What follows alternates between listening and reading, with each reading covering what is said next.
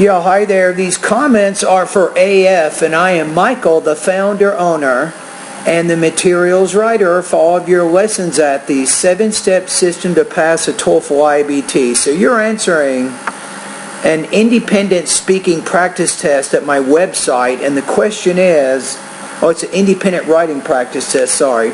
What are the qualities of a good roommate, right? So let's say, so you say roommate, I'm going to say roommates play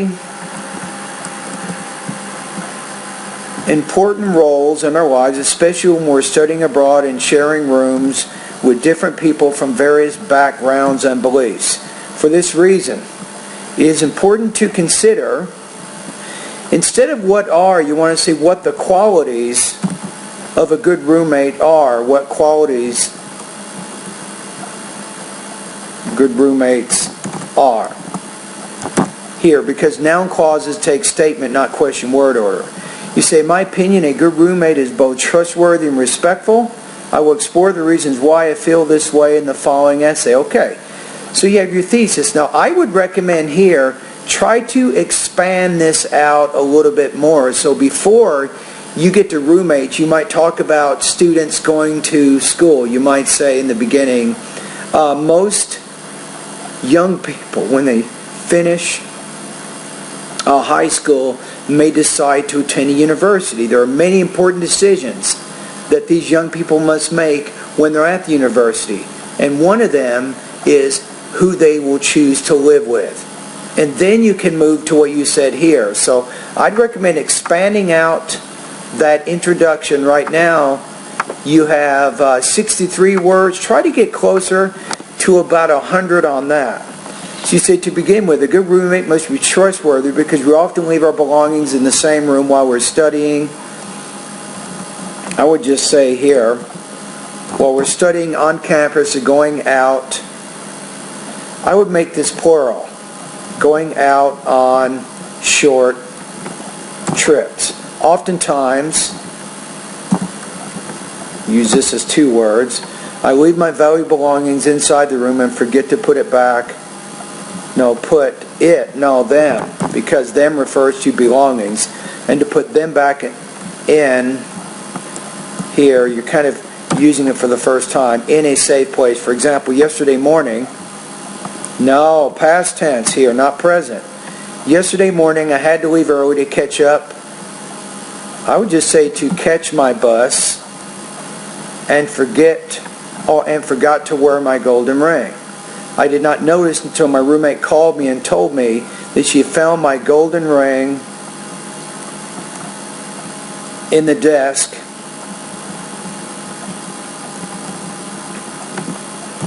and that she directly, I would say, had put it in my drawer so I could easily find it when I got home. This example demonstrates how important it is to have a trustworthy roommate when we are reckless,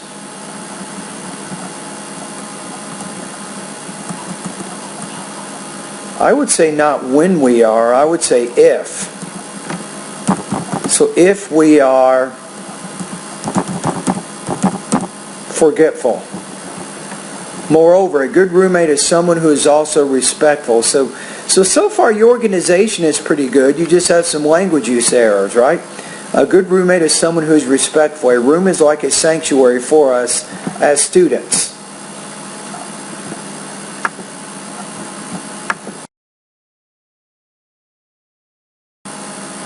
So we have a room is like a sanctuary for us as students. Every time students get tired with campus projects, mostly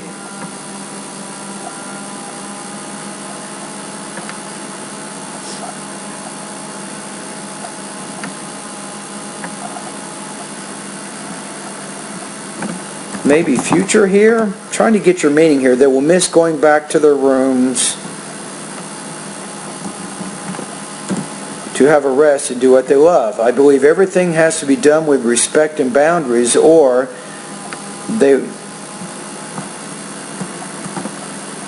I would say so, not or. So they will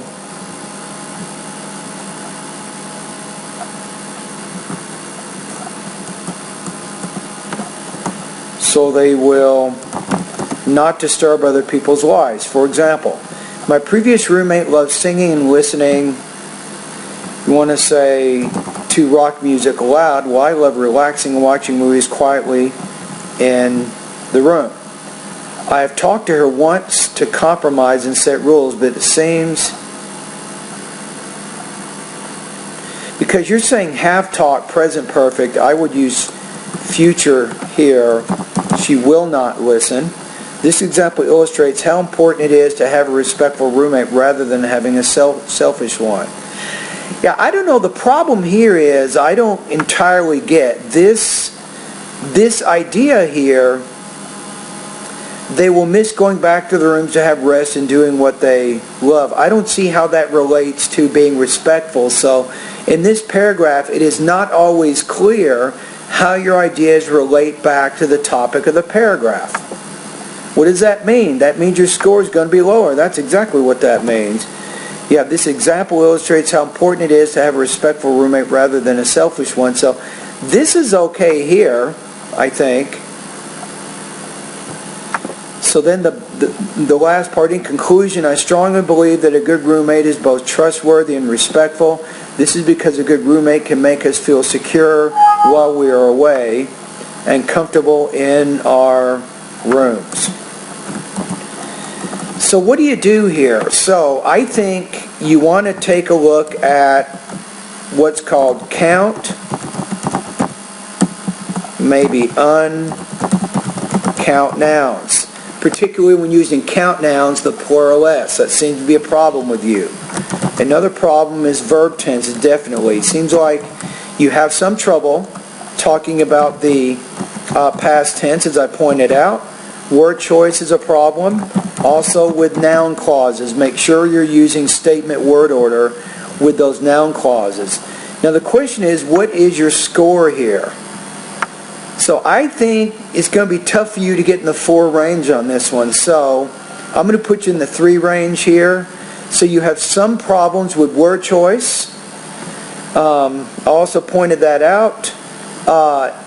It's sometimes difficult to understand the connection of your ideas, especially with your third body paragraph. It wasn't entirely clear how some of what you were saying was related to the idea of respect. Right? So what's it mean here? I'm going to put you right now about 3.5 out of 4, 22 points out of 30. I think you have organized writing. You have pretty good writing, but some language use and some organizational issues are making it a bit difficult for you to organize your ideas. Now, if you go into my website, in the writing part of my course, there is a lesson I think that you can benefit from. It's called How to Make Your Writing More Coherent. I think it's writing lesson number 4.0, and it's also speaking lesson number 7. Review that. That's going to be important.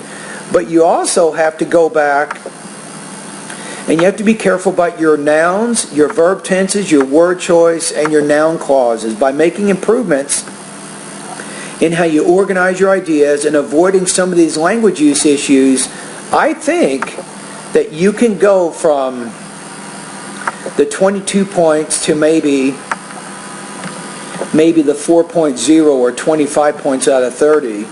So you just got to practice.